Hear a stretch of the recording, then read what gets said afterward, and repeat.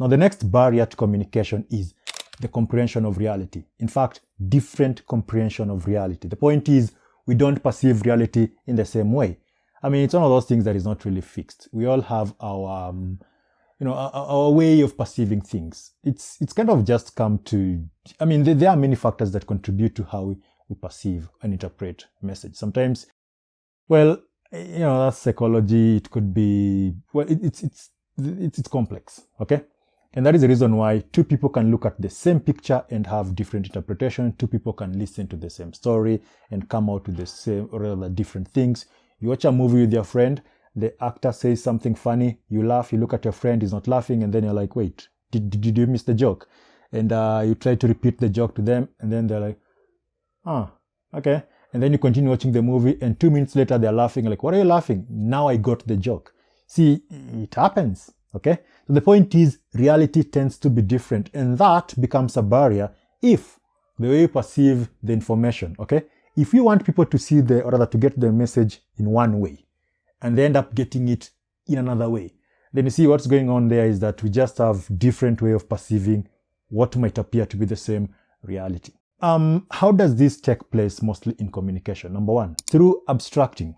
First of all, when you talk about abstracting, you're talking about focusing attention on something and ignoring something else.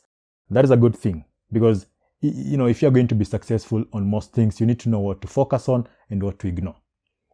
As a barrier to communication, it becomes a problem if you focus on the wrong thing and ignore what you're supposed to actually be paying attention to.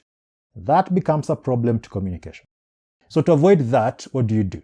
Number one, while abstracting, we should try to make our abstract as fairly representative of the whole situation as possible.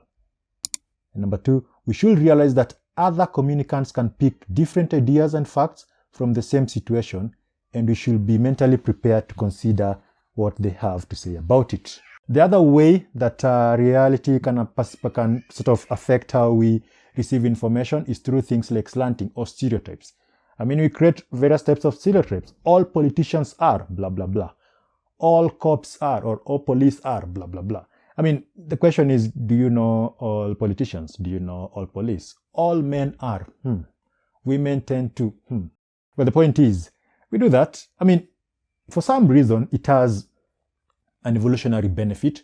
I mean, if you think about it, the caveman, sort of, you just couldn't walk and say, people from that society are friendly, or people from the other cave are friendly. You go there, they probably kill you.